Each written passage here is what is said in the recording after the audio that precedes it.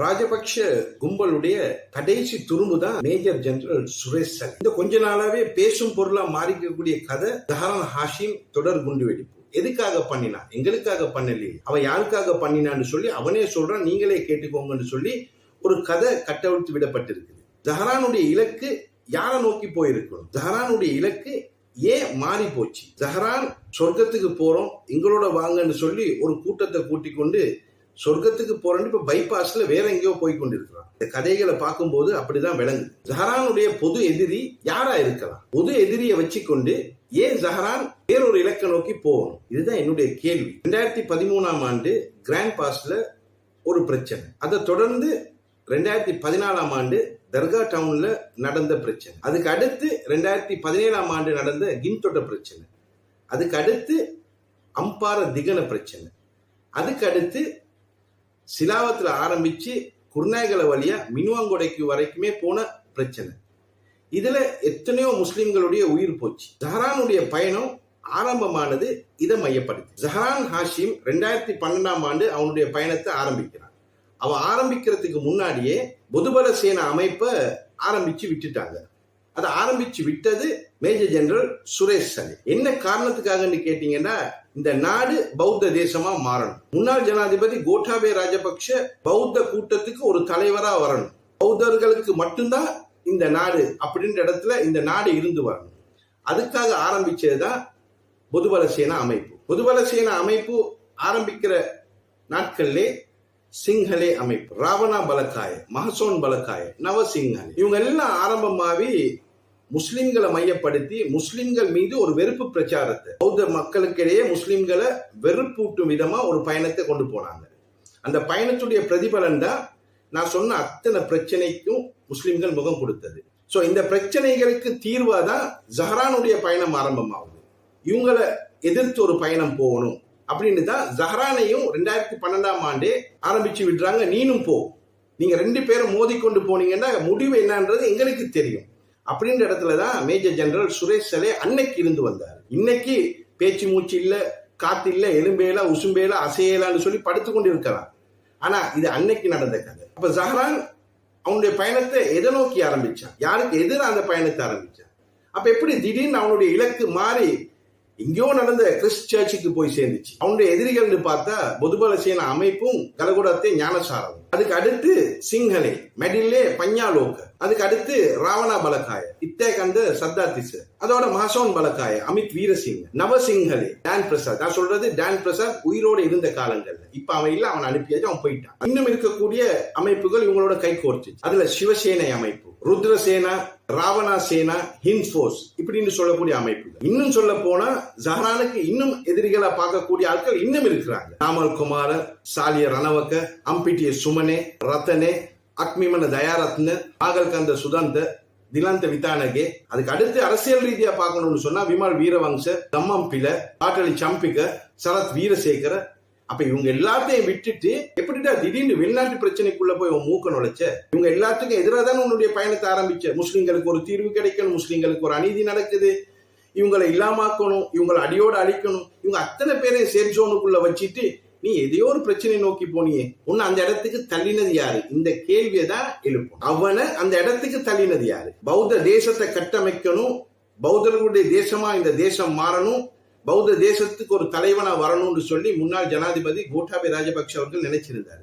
அப்ப அவர் விரும்பின அத்தனை பேரையுமே அவர் பாதுகாத்துட்டு கிரைஸ்ட் சர்ச் பிரச்சனைக்குள்ள ஜஹரானை கொண்டு போய் தள்ளி விட்டாங்க. அப்ப ஜஹரான் கிட்ட இருந்து இந்த கூட்டத்தை பாதுகாக்க யாரு செயல்பட்டா? அதுக்கு அடுத்து இன்னும் பல கேள்விகள் இருக்கு. 2018ஆம் ஆண்டு மாவனல்லையில புத்தர் சிலைகளை உடைக்கிறாங்க, உடைக்க வச்சாங்க. அதை உடைக்க வச்சது யாரு? உடைக்கிறதுக்கு வழி காட்டினது யாரு? ஏன்னா அந்த டைம்ல மேஜர் ஜெனரல் சுரேஷ் சலே மலேசியாவில இருந்து இலங்கைக்குள்ள இம்போர்ட் ஆகிட்டார். ஏன்னா பயணத்துடைய கடைசி கட்டம் 2019 தேர்தல் நடத்தப்பட்டா சஜித் பிரேமதாசையோட முட்டாள் கோட்டாபே ராஜபக்ஷக்கு மோத முடியாது. ஏன்னா அன்னைக்கு சஜித்துக்கும் கோட்டாவுக்கும் பெரிய ஒரு அரசியல் தூரம் இருந்துச்சு. சஜித் பிரேமதாச வானத்துக்கு மேலன்னு சொன்னா கோட்டாபே பூமிக்கு கீழே. அந்த அளவுக்கு அரசியல் புரிதல் இல்லாம தான் கோட்டாபே ராஜபக்ஷ இருந்தார். அப்படியாப்பட்ட ஒரு முட்டாள ஜனாதிபதி ஆக்கிறதுக்குரிய இலக்கு தான் ஈஸ்டர் குண்டு தாக்குதல். இது எல்லாத்துக்குமே நல்லா தெரியும்.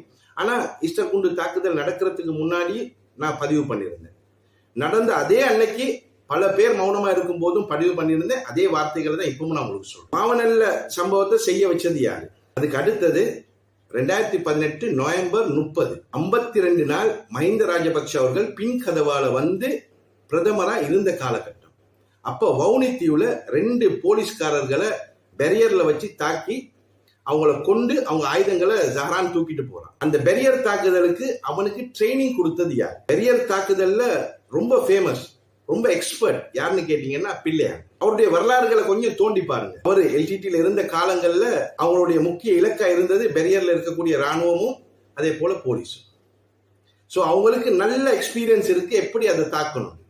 ஜஹரானுக்கு அழகா அவங்களுக்கு ஆயுதங்களை கொடுத்திருக்கலாம், இருந்தா கூட அவனிடத்துல உண்மைக்குமே தைரியம் இருக்குதான்னு ஒரு டெஸ்ட் அப் பண்றதுக்கு தான் வவுனித்தீவுல அந்த போலீஸ்காரவங்களை தாக்க வச்சிருக்கலாம். இப்படிதான் எனக்கு தோணுது. இன்னும் கொஞ்சம் சுரேஷ் சலையிடம் இந்த கேள்விகளை எழுப்பி பார்த்தா நிச்சயமா அதுக்குரிய பதில் கிடைக்கும். அதே மாதிரி அடிக்கடி லக்ஷ்மண் ஹுலுகல்லையோட 2018 ஆண்டு பெசில் ராஜபக்ஷ இரவு நேரங்கள்ல பாசிக்குடாவுக்கு போனார். என்னத்துக்கு போனாரு?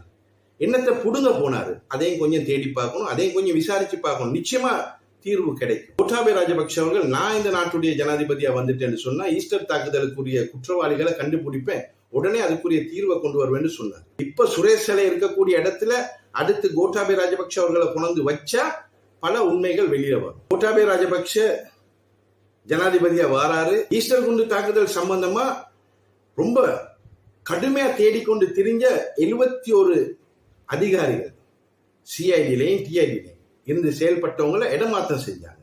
அது மட்டும் செய்யல, ஷானி அபேசேகரை தூக்கி உள்ள போட்டாங்க. அதுக்கு முன்னாடி நாமல் குமார் என்று சொல்லி ஒருத்தனை வச்சு ஜஹரான நெருங்கி போன டிஐஜி நாலக்க சில்வாவை தூக்கி உள்ள போட்டாங்க. இது எல்லாமே திட்டமிட்டு செஞ்சது.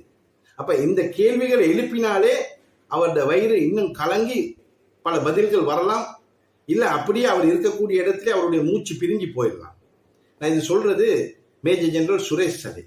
இப்ப அவருக்கு பதில் கொடுக்க முடியாம தடமாத்தத்துல அவரை 6க்கு 4 அறைக்குள்ள வச்சிருந்தாங்களா. அந்த அறை இருட்டா இருந்துச்சா, எலி தொல்லை இருந்துச்சா, பேப்பர்ல சாப்பாடு போட்டு கொடுத்தாங்களா, அங்க கழிவறை கூட சுத்தமா இருக்க இல்லையா, அவருக்கு மூச்செடுக்க முடியலையா, அவருக்கு மன ரீதியான தாக்குதல்களை உண்டுபடுத்திட்டாங்களா. அவர் ரொம்ப மன கஷ்டப்படைஞ்சு கஷ்டம் அடைஞ்சு இன்னைக்கு குற்றப்புலனாய்வு அதிகாரிகளுடைய கண் பார்வையில ஹாஸ்பிட்டல்ல படுத்துக்கொண்டு இருக்கிறார். பேச்சு மூச்சு இல்லையா, பேச்சு வருவது இல்லையா, கண்ணால பார்க்கவும் முடியலையா, அசைய முடியல, திரும்ப முடியல, தூங்க முடியலையா, என்ன செய்யறதுன்னு தெரியாதா, சாவே மேலுன்னு சொல்லி அவர் சொல்றாராம். உண்மையிலுமே அதுதான், செத்து போங்க, இல்லைன்னு சொன்னா ராஜபக்ஷ கூட்டம் உங்களை கொன்றும். அது உங்களுக்கே தெரியுமா இருக்கும். இப்போ உங்களால எந்த ஒரு பிரயோஜனம் அந்த ராஜபக்ஷ கூட்டத்துக்கு இல்லை. நீங்க உயிரோட இருக்கும் வரைக்கும் அவங்களுக்கு அச்சுறுத்தலா தான் இருக்கும். அதனால உங்களை கொல்றதுக்குரிய திட்டம் எப்பமோ தீட்டு இருப்பாங்க. இனி நீங்க யூஸ்லெஸ், நீங்க போயிடுங்க. போறதுக்கு முன்னாடி தெரிஞ்ச உண்மைகளை சொல்லிட்டு போங்க. அப்ப போகக்கூடிய இடத்துக்கு நன்மையாவது வந்து சேரும். கடைசி ஒன்று சொல்லிக்கொள்ள விரும்புறேன். இதே கஷ்டத்தை தான் அன்னைக்கு நீங்க பலருக்கும் கொடுத்தீங்க. பௌத்த மக்களை சந்தோஷப்படுத்துறதுக்கும் உங்க ராஜபக்ஷ கும்பலை ரொம்ப பெருமைப்படுத்துறதுக்கும் கிறிஸ்தவ மக்களுக்கு தீர்வு கொண்டு கொடுத்துட்டோம்னு சொல்றதுக்கும் ஒரு பொய்யான பிரச்சாரத்தை கொண்டு போனீங்க. ஈஸ்டர் குண்டு தாக்குதலுடைய மாஸ்டர் மைண்ட் முன்னாள் அமைச்சர் ரிஷாட் பதூர்தீன் சொல்லி சும்மா அநியாயமா அவரை தூக்கி உள்ள போட்டீங்க. அவருடைய சகோதரன் ரியாஜ் பதூர்தீனை தூக்கி உள்ள போட்டீங்க. அவங்களுக்கு முடிஞ்ச அளவு கஷ்டத்தை கொடுத்தீங்க. அவங்க குடும்பங்களை அல்லோலப்படுத்தினீங்க. அது மட்டும் இல்லாம சட்டத்தரணி ஹிஜாஸ் ஹிஸ்புல்லாவை தூக்கி உள்ள போட்டீங்க அநியாயமா. அதோட அப்பாவே ஒரு விகாஸ் ஹாஜியார்னு சொல்லக்கூடிய ஒருத்தரையும் தூக்கி உள்ள போட்டீங்க. அதுக்கு மேல சொல்லணும்னு சொன்னா இதே குற்றச்சாட்டை முன்னாள் கிழக்கு மாகாண ஆளுநர் ஹிஸ்புல்லா மீது போட்டி, முஸ்லிம் காங்கிரஸ் தலைவர் ரவுஃப் ஹக்கீம் மீது போட்டி. அதே மாதிரி அன்னையிலிருந்து இதுவரையுமே சொல்லக்கூடிய இந்த குற்றச்சாட்டை நாடாளுமன்ற உறுப்பினர் முஜிபுர் ரஹ்மான் மீது போட்டுவாரு. இவ்வளவு பெரிய அநியாயம் இது. இன்னும் நீங்க திருந்தலையேடா, திருந்த போறதும் இல்லையே. உங்க பௌத்த மக்களை சந்தோஷப்படுத்த மேல் மாகாண ஆளுநர் அசாத் சாலியை கொண்டு உள்ள போட்டு பொய்யான ஒரு குற்றத்துக்காக. அப்ப இந்த அளவுக்கு எவ்வளவு வெறுப்போட நீங்க உங்களுடைய செயல் திட்டங்களை கொண்டு போனீங்க. முஸ்லிம் தலைமைத்துவத்தை முஸ்லிம்களிடத்துல இருந்து பிரிக்கிறது. உங்க முகத்துல கரிய பூசிட்டு அன்னைக்கு அவங்க எல்லாம் நிரபராதின்னு வந்தாங்க. இதுவரையுமே நின்று உங்களுக்கு எதிராக போராடுறாங்க. ஆனா நீங்க நில குலைஞ்சிருக்கிறீங்க. நிச்சயமா இதுக்கு ஒரு முடிவு வரும். அதே போல இந்த ராஜபக்ஷ குடும்பம், ராஜபக்ஷ கூட்டம் பயங்கரமானது. நாட்டுக்குள்ள ஆளவோ ஆட்சி பண்ணவோ தகுதியற்றவங்க. பார்க்கக்கூடிய உங்களிடத்துல சொல்லக்கூடிய ஒரு கதை தான், போலீஸுக்கு குற்றவாளிகள் தேவை, ஹாஸ்பிட்டலுக்கு நோயாளிகள் தேவை, ராஜபக்ஷ குடும்பத்துக்கு இந்த நாட்டுக்குள்ள பிரச்சனை மட்டும்தான் தேவை. அப்படி இருந்தாதான் அவங்களுக்கு ஒரு பயணம். மீண்டும் சந்திப்போம். அல்லாஹ் யாப்பேரை நேர்வழிப்படுத்தணும். அஸ்ஸலாமு அலைக்கும் வரஹ்மத்துல்லாஹி தஆலா.